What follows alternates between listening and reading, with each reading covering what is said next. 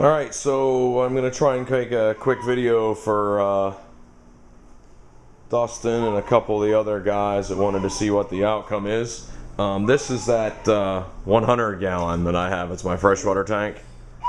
That's the one I have the custom sump set up in it, and it's changing its automatic water changes and all that stuff. And it's been, I mean, short of, there's like detritus that builds up on the bottom a little bit from the FIFA. There's like nothing. It's just been an easy, super easy tank.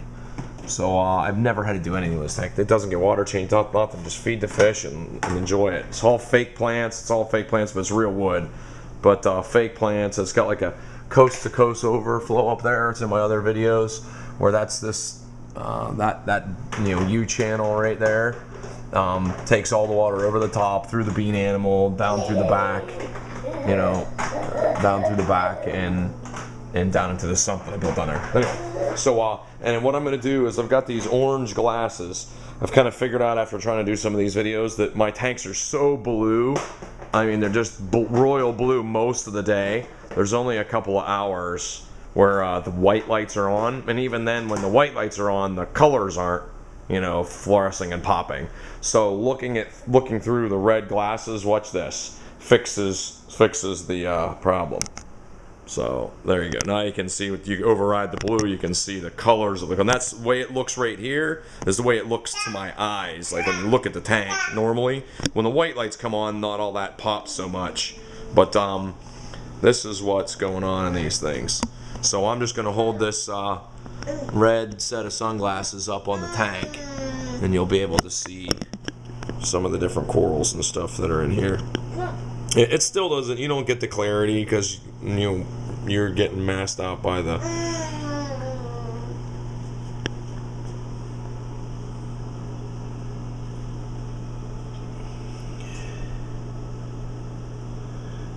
that's like a red. That thing's actually like a purple color. That's a blue kind of purple color. Doesn't show up with like little green eyes. It's just so hard to get colors to really show up. The lights are so bright to get the. Kimmy, leave those there, please. Kimmy, no. There, she's gonna get the stick out for me. Okay, can I have my stick? Thank you. Good helping. You're such a good helper. Here, you can be red too. You want to be red? You got a funny blue glow. It's alien baby, blue glow. So anyway, so you take them out and you just can't see anything. It's useless. That's lime green, right? That thing, wherever it is right there, is lime green, and then you go over there and okay, there's the green. Green and yellow. So that's kind of a strawberry color, and that's red, like regular Christmas red and green kind of looking thing. Kimmy. You're so, I know, you're going, no, and playing with it, and no, and playing with it right in front of my face. So, anyway, no, I put it away, you're busted now.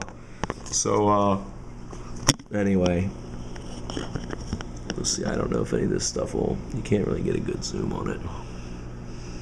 Try and just go over. The idea is just so you guys can see how some of these pieces are growing out.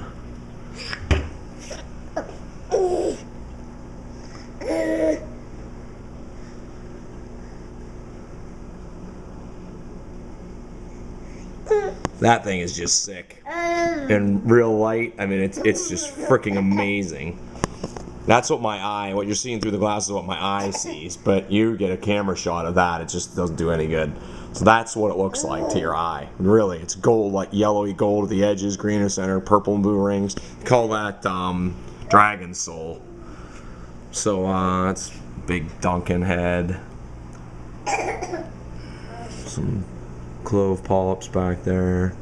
This stuff is really cool. It's really hard to pick up. It's real fine little polyps on a like red and blue Superman Monty, they call it.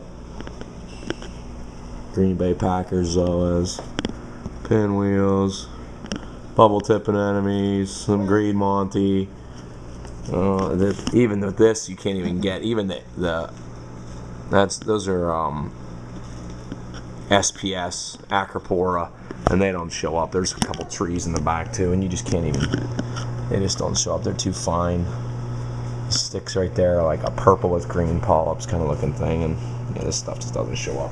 Kimmy, that's fish food, Bubba's. I know. You can reach now. You're getting to be such big hands. You're good helping. Here, you want to hold this? Ooh, you want to do clean it? Clean it up. Let's see if there was anything else in there of interest. You just can't get, the details is not there through the lenses too. Kind of loses the 1080p thing. Anyway. So, okay, even my eyes are getting like screwy. Alright, and this other tank out here. Come on, Kimmy. So, this is all that was all my mostly SPS stuff. This is my LPS. So, it's my torches, my Euphelias, the hammers, all the Aikens. The Aikens are just amazing. These Aikens are just blowing up, man. But of course, there's blue. You get nothing. So you got to use the lenses to get the colors. And they probably look a tiny bit more orange. The orange is a little more a red tone than what this thing is putting out. So, there's a couple rainbow anemones I have in this basket I caught the other day. My big RP, and there's 2 big rainbows in there that the clowns are hosting. My Indo torch. This thing is just amazing. It's blue and gold and green tips, and that's one of those $100 piece kind of deals. And here's regular frog spawn and pink tip frog spawn. So that's some pink tip torch. They look like whites on the tips, but they're actually like a light pink. So my other money maker is this thing is my black on black hammer. I've never seen somebody with one before, and it's up to about 8 heads now. So I'm hoping I can get this regular torch, this regular green and blue torch. But, some cool looking Zoas, some regular hammer, regular green and blue hammer. You see Kimmy? So that's green star polyps. So that was what we had said about green star polyps, and behind it that's flower pot right next to it. It's kind of, it's not really showing up. They're like tiny little flowers right there, right underneath the fish. That's flower pot. And it spreads around and that's zinnia. All that crap is all just zinnia. It takes over, man. So, but it's cool looking, it's cool. It just kind of waves. And you can reach in and pluck it out, but it stinks horrible. Oh, it smells so horrible. Alright, let me scoot her out. Come on, Kimmy. Out to the garage now. So the most recent thing I've done is AC'd my garage out here. And everything is all on its blue cycle. That's white light, regular 5K white light. So looking in, these are my new things I've stretched out of the ocean. I just grabbed that out of the ocean the other day. Some new other bits and pieces. There's a couple big starfish hanging out in here. There's a big one on the wall. You can't really see him. There's a big brittle starfish on the wall right there. And that's my live rock cook that I was saying. These are old rocks that are a year old and they still test nitrates and phosphates a little bit. That's actually a pretty good rock. So it has purple coralline and everything on it. But then this is my quarantine. So try this works okay. You can actually hear my RO making water in the background. It's my husk, my hippo, my naso. There's a chromis and a clownfish in there too. And they're all on blue cycle. It's early morning, so everything's on like the blue. And it seems like blue really keeps the algae down. This fish is red and blue. He's really pretty, but he eats snails. As you can see, he's destroyed the cleanup crew. He just murders them, man. They're in there for like 10 minutes, he eats them all. I have to feed him cleanup crew. So, really pretty, but definitely cleanup crew eater. Alright, so 400 is behind it. Here's the big 400 back here. So it's actually a 300 display and 100 in the sump. And what's in there now is a whole bunch of these firefish. Went and got a huge school of firefish and stuck them all in there. So they're still a little spooky. You can't even use, it's too dark out here to use the glasses. So anyway, and those are Hell Frichi and Red, but they're just trying to get going in that system. So, and then behind it, what I was doing is the back, I have sheets on it to keep the fish from being spooked, but I'll do a frag tank that sits here. Then I got new salt water, old salt. Ooh, I'm getting really close to full too. Set it up here. New salt water. RO water, 200s of RO. It'll be 50 of new salt water, and old salt water will go into this drum, and I'll use this old salt water for my cook on those other ones, I'll just put live rock and stuff in there, and as that overflows, I'll just drain it out the garage door and get rid of it. So new salt water will be made there in a batch, and will automatically be dosed into the 400 day after day after day after day, a little bit of time, and it'll just be automatically water changing. So there's a big clown trigger down in here. He's just huge, man. He's giant. He's freaking terrible fish. Mean, terrible fish.